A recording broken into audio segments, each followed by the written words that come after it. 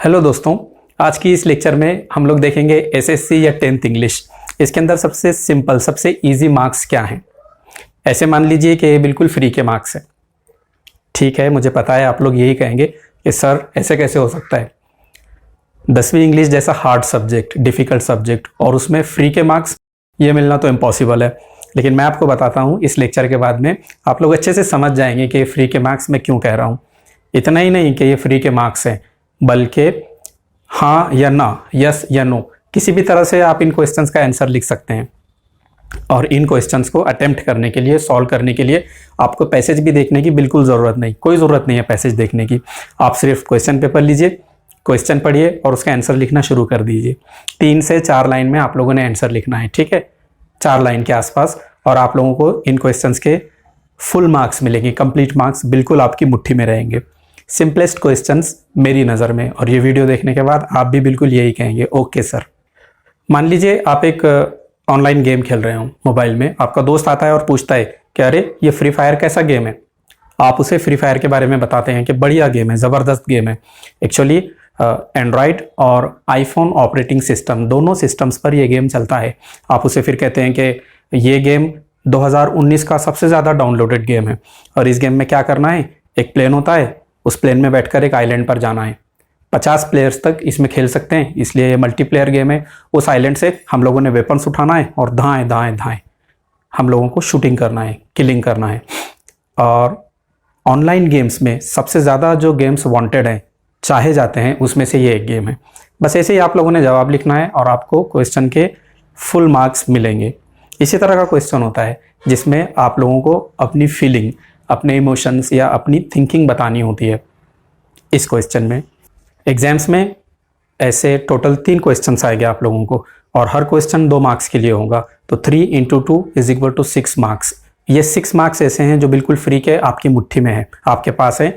थोड़ा सा अगर आप लोग कोशिश किए, ये वीडियो अगर आप लोग ध्यान से दिए, तो हमेशा हमेशा के लिए परमानेंटली आप लोग सीख सकते हैं इन आंसर्स का किस तरह से रिप्लाई करना है, किस तरह से इन आंसर क्वेश्चन का आंसर आप लोगों ने लिखना है। मैं बताता हूं, अभी जो अक्टूबर नवंबर में एग्जाम्स हुए थे एसएससी के 10th के, उसमें किस तरह के 3 क्वेश्चन आए थे। ये देखिए आपकी स्क्रीन पर है एसएससी या 10th का अक्टूबर नवंबर का इंग्लिश का क्वेश्चन पेपर। ये देखिए पेज नंबर 5 पर आप लोगों के सामने है A5 पर्सनल रिस्पॉन्स टाइप। क्या क्वेश्चन है, do you think that rumour spreads faster than fire. क्या आप लोगों को लगता है कि र्यूमर्स जो होती है, अफवाह जो होती है, वो फैलती है आग से भी ज़्यादा तेज़ी से। Support your answer in 2 to 3 lines. 2 से 3 लाइन में आप लोगों ने डिटेल लिखना है अपने आंसर की। मैंने बताया था ना, 3-4 लाइन तक आप लोग लिख सकते हैं। एक क्वेश्चन हो गया, ये देखिए आप लोग देख सकते हैं 2 मार्क्स के लिए है। अब देखिए पेज नंबर 7 पर B5, यहाँ पर है which is your favourite game, why do you like it. फिर से आप लोग देख सकते हैं 2 मार्क्स के लिए है। और सबसे लास्ट में, सबसे आखिर में ये देखिए A5, फिर से 2 मार्क्स के लिए, right the names of any 4 vegetables and describe one of them. किन्हीं 4 वेजिटेबल्स के आप लोगों ने नाम लिखना है और किसी एक को उसमें से डिस्क्राइब करना है। तो टोटल 3 क्वेश्चन है जो 6 मार्क्स के लिए आप लोगों से पूछे जाएंगे। जी हाँ, यकीनन आप लोग समझ गए होंगे कि हम लोग बात कर रहे हैं पर्सनल रिस्पॉन्स टाइप की। अब देखिए, अगर आप इस क्वेश्चन को ध्यान से देखें, पर्सनल रिस्पॉन्स टाइप, इस क्वेश्चन में क्या होता है, पर्सनल यानी आपकी खुद की, आपकी क्या राय है, रिस्पॉन्स यानी राय, आपकी ओपिनियन, आपकी थिंकिंग, आपकी क्या थिंकिंग है किसी एक टॉपिक पर। कोई भी एक टॉपिक दिया रहेगा एग्जामिनेशन में, और उस पर आप लोगों ने अपनी थिंकिंग बताना है। आपकी थिंकिंग कुछ भी हो सकती है, हाँ वाली हो सकती है, नहीं वाली हो सकती है, ये टोटल आप पर डिपेंड है।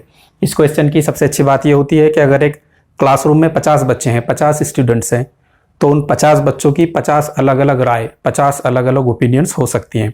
इसीलिए तो पर्सनल रिस्पॉन्स टाइप को कुछ लोग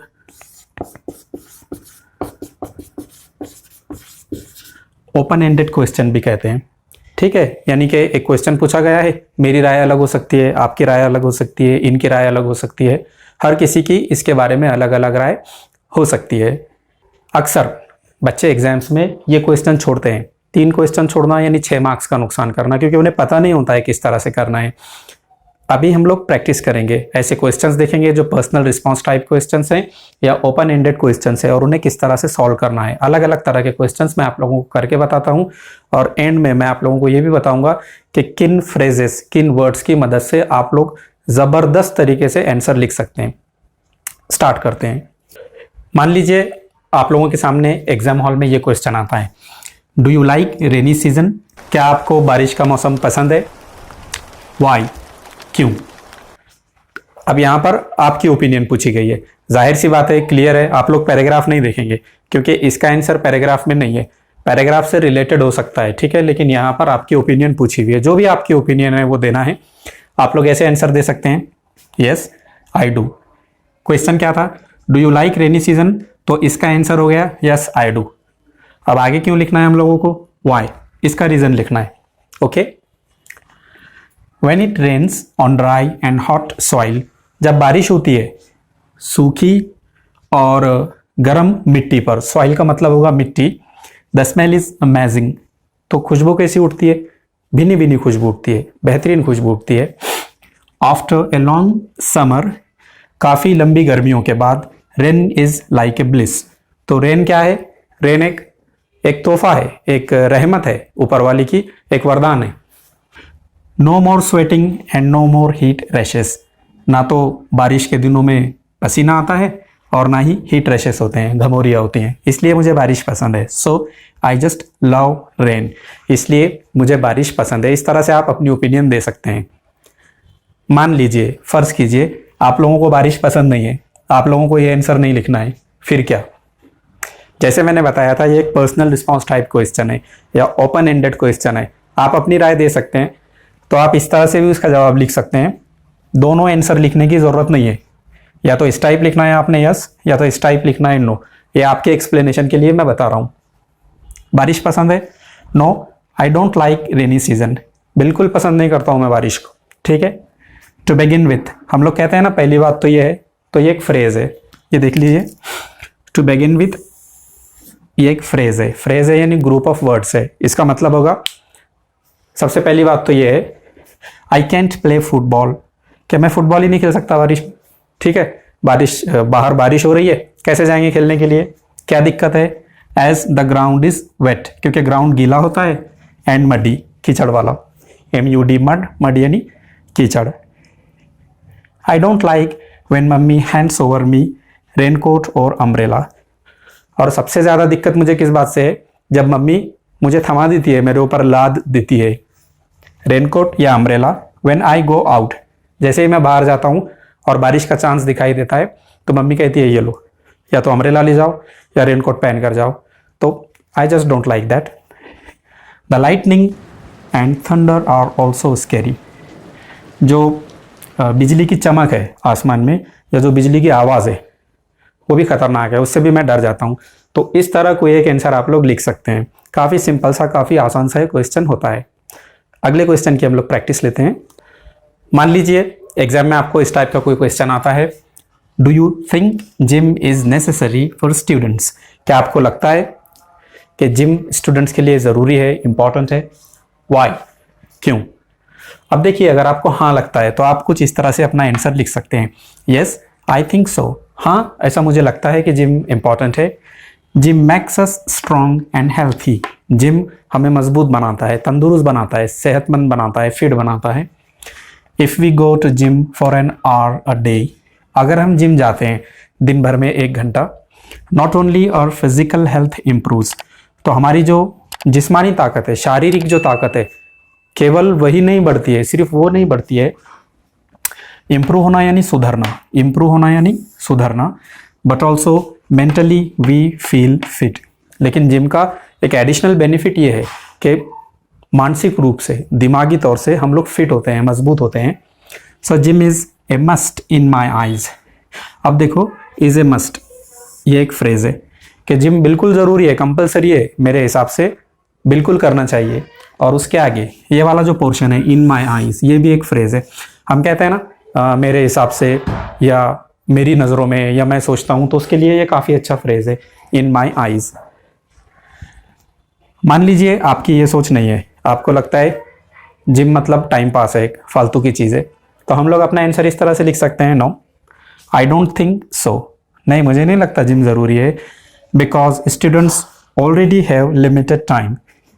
एक तो स्टूडेंट्स के पास टाइम नहीं रहता है पढ़ाई के लिए, कॉलेज है या स्कूल है, उसके बाद में ट्यूशन है, घर पर पढ़ाई है, पहले टाइम कंजस्टेड है, एंड एट दैट, और उस पर ये देखिए एट दैट, ये एक फ्रेज़ है, यानी हम कहते हैं ना कि एक तो बारिश आ रही थी, ऊपर से बिजलियाँ भी हो रही थी, तो ये जो ऊपर से है उसके लिए हम कहते हैं at that, and at that if students go to gym, अगर बच्चे जिम भी चले गए, स्टूडेंट्स जिम भी जाते हैं, it would be a waste of time, तो काफ़ी टाइम हमारा वेस्ट हो जाएगा, ठीक है।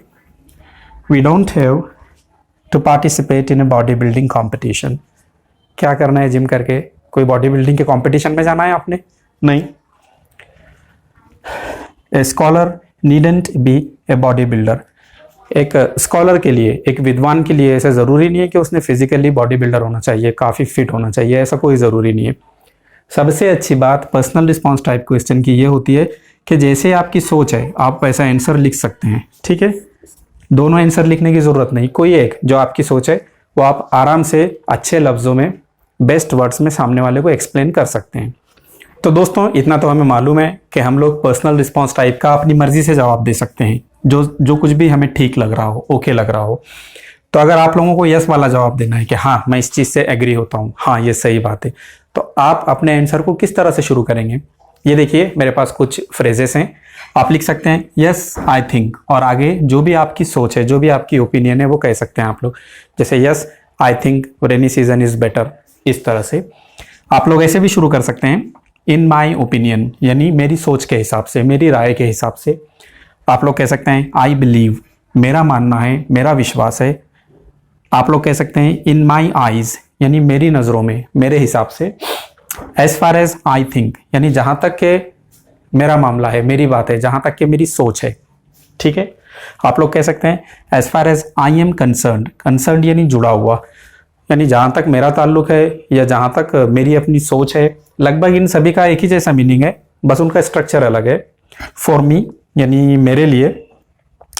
If I were in the shoe of, अब ये एक फ्रेज है, हम लोग उर्दू में कहते हैं ना, हिंदी में, कि अगर मैं उसकी जगह होता तो, इसकी इंग्लिश होती है if I were in the shoe of, यानी अगर मैं उसकी जगह पर होता तो, और लास्ट में इफ़ आई वेयर ही, कि अगर मैं वो होता तो। और अगर आप लड़की के लिए कह रहे हैं तो आप कह सकते हैं इफ़ आई वेयर शी, कि अगर मैं वो होती तो, इस तरह से। अगर आप किसी चीज़ से एग्री नहीं है, डिसएग्री हैं, तो आप लोग सिंपल नो लिखने के बजाय अपने आंसर को इस तरह से लिख सकते हैं, no I don't think so, कि नहीं नहीं मुझे तो ऐसे नहीं लगता, ठीक है। Actually I have a different opinion, असल में मेरी एक अलग सोच है, मैं कुछ और सोचता हूँ। आप लोग लिख सकते हैं आई डिसएग्री टोटली, कि मैं इस बात से पूरी तरह से जो है तो सहमत नहीं हूँ, असहमत हूँ, मेरा अलग मानना है, मेरा अलग विश्वास है। I have a different opinion, मेरी अलग सोच है। और लास्ट में आई सी इट डिफरेंटली, यानी मेरे हिसाब से ये एक डिफरेंट चीज़ है। तो इस तरह से आप लोग ओपन एंडेड क्वेश्चंस या पर्सनल रिस्पॉन्स टाइप क्वेश्चंस के आंसर्स लिख सकते हैं। 3 क्वेश्चन पर क्वेश्चन 2 मार्क्स, तो 6 मार्क्स। सबसे इजी वाले जो है एसएससी में 10th क्लास में सबसे आसान वाले हैं, बिल्कुल मान लीजिए कि ये फ्री के मार्क्स हैं आपके लिए। इस तरीके से आप लोग सॉल्व कर सकते हैं। अगर आपको लगे कि ये वीडियो अच्छी है तो प्लीज़ चैनल को सब्सक्राइब कीजिए, वीडियो को लाइक कीजिए और कमेंट करना मत भूलिए। इसे अपने दोस्तों के साथ शेयर कीजिए। लेक्चर सुनने के लिए आप लोगों का शुक्रिया।